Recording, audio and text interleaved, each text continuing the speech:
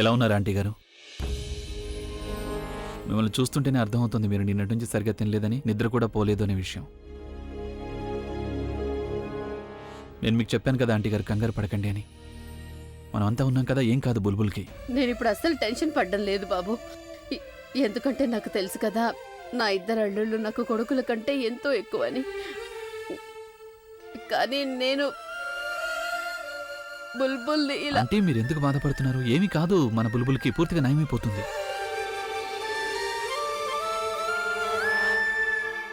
ముగింపు కోసం వెయిట్ చేస్తున్నావా? ఏమాత్రం లాభం లేదు, ఖచ్చితంగా రాతాను ఇక్కడికి. ఎందుకంటే ఇక్కడ రావడానికి తన డబ్బు ఖర్చు అవుతుంది కదా, తనకు అది కొంచెం కూడా ఇష్టం లేదు.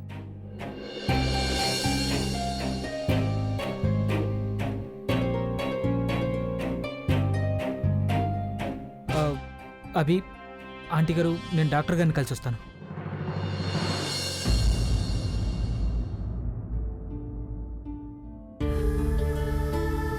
క్లారిఫికేషన్ ఇవ్వాల్సిన అవసరం నీకు కొంచెం కూడా లేదు.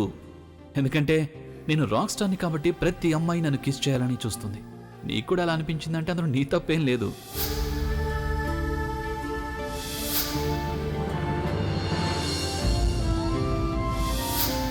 దయచేసి నన్ను క్షమించు బుల్బుల్. నా పోరాటానికి నష్టపరిహారం నువ్వు చెల్లించాల్సి వచ్చింది. నాకు నా ప్రేమను దక్కించే ప్రయత్నంలో నీ ప్రేమను పణంగా పెట్టావు నువ్వు. ఇప్పుడు నీకు ఈ పరిస్థితి వచ్చింది బుల్బుల్. నువ్వు త్వరగా కోలుకోవాలి. నువ్వు ఈ పరిస్థితుల్లో ఉంటే నేను చూడలేకపోతున్నాను.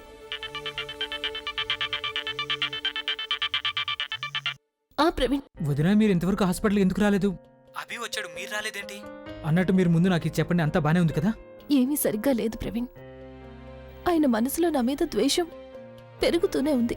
ఆయన ఈ కొత్త రూపాన్ని, నేను ఆయన ద్వేషాన్ని భరించలేకపోతున్నా. అందుకే నేను ఆయనకి నిజం చెప్పేయాలి అని నిర్ణయించుకున్నాను. వదిన, అసలు మీరేమంటున్నారు? అలా చేస్తే రిజల్ట్ ఎలా ఉంటుందో మీకు తెలుసు కదా? ఒకవేళ నేను ఆయనకి నిజం చెప్పలేదు అంటే దాని రిజల్ట్ ఎలా ఉంటుందో నీకు బాగా తెలుసు ప్రవీణ్. ఇప్పుడు ఇదంతా కూడా నేను ఆడే నాటకం వల్లే జరుగుతోంది. నేను నా నాటకం కారణంగా బుల్బుల్ జీవితాన్ని రిస్క్ లో పడేయలేను ప్రవీణ్. ఈ రోజు నా నాటకం కారణంగా తన పరిస్థితుల్లో ఉంది. కనీసం నేను తన్ని దగ్గర కూడా తీసుకోలేకపోతున్నాను. నా జీవితం ఎలా ఉండేది, ఎలా అయిపోయింది చూడు. నేను ఆయనకి నిజం పూర్తిగా చెప్పేయాలనుకుంటున్నాను. తర్వాత ఏం జరుగుతుందో అప్పుడు చూద్దాం. వదినా, మీరు అది అనుకుంటున్నంత ఈజీ కాదు. పరిస్థితి ఇంకా చేజారిపోతుంది. ఇప్పుడు మాత్రం నా జీవితంలో ఏది సరిగ్గా ఉందని చెప్పు. ఏం జరిగినా సరే అది దీనికంటే దారుణంగా అయితే ఉండదు కదా. కనీసం నేను ఒకరి జీవితాన్ని అయితే ప్రమాదంలో పడేయలేను కదా. ఆయనకి మొత్తం నిజం తెలిసిన తర్వాత కాసేపు నా మీద కోపంగా ఉంటారేమో, కానీ ద్వేషించడం అయితే మానేస్తారు కదా. అది కాదు వదినా. లేదు ప్రవీణ్, నేను నిర్ణయించుకున్నాను. ఇప్పుడు విషయం గెలుపు ఓటముల గురించి కాదు, మంచి చెడుల గురించి. ఆయనకిప్పుడు నిజం చెప్పేయడమే అందరికీ మంచిదని నాకు అనిపిస్తోంది. అందుకే నేను ఏది ఏవైనా ఆయనకి నిజం చెప్పి తీరుతాను. నువ్వు నాకు ఒక్క సహాయం చేయి చాలు. ఆయన హాస్పిటల్ నుంచి బయలుదేరిన వెంటనే నువ్వు నాకు ఇన్ఫార్మ్ చెయ్యి. అలాగే వదినా, మీకు ఎలా అనిపిస్తే అలా చేయండి. Thank you. ఆలియా, ప్లీజ్ ఆ మ్యూజిక్ ఆఫ్ చేయి. ఏమైంది? ఈ పాట నీకు నచ్చలేదంటే ఏం పర్వాలేదు, నా దగ్గర బోల్డ్ అండి పాటల కలెక్షన్ ఉంది, ఇది ట్రై చేయి. ఆలియా, నాకు మ్యూజిక్ వినాలని లేదు, ప్లీజ్ ఆఫ్ చేయి. అసలు నీ ప్రాబ్లం ఏంటి చెప్పుతాను. ఎప్పుడు నువ్వు అంటూ ఉంటావు కదా, నేను నీ బెస్ట్ ఫ్రెండ్ ని, నా సుఖ సంతోషాలను నువ్వు పంచుకుంటావు అని. కానీ ఈ రోజు నేను ఇంత సంతోషంగా ఉంటే నువ్వెందుకు నన్ను చూసుకుంటున్నావు? నువ్వు ఇంకేమన్నా చెప్పాలా? ఇంకేమన్నా అబద్ధం చెప్పాలనుకుంటే చెప్పేయి. నేను చూడాలనుకుంటున్నాను నన్ను మోసం చేయడానికి నువ్వు ఎంత నీచానికి దిగజారగలవు అని. ఎందుకు ఆలియా, ఎందుకు నువ్వు ఇలా చేసావు?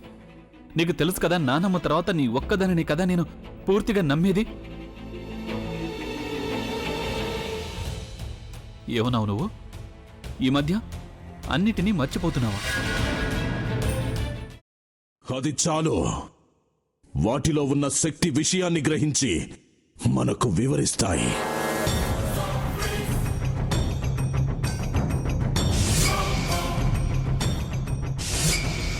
ఎవరు ఆ దండ విప్పొద్దు, గది తలుపులు తెరవద్దు.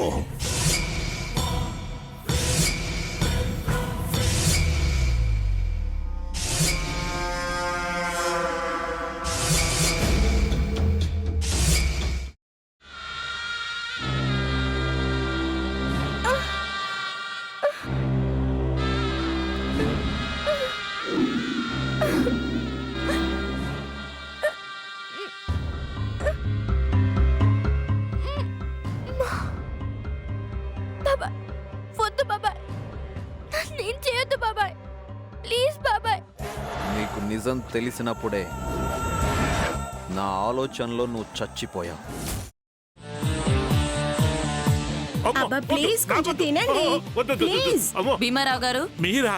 ఇగో మీరా కాదు సక్కుబాయ్. అవును, మీ పనామే లేచిపోయిందని చెప్పి కంప్లైంట్ ఇచ్చినావు కదా.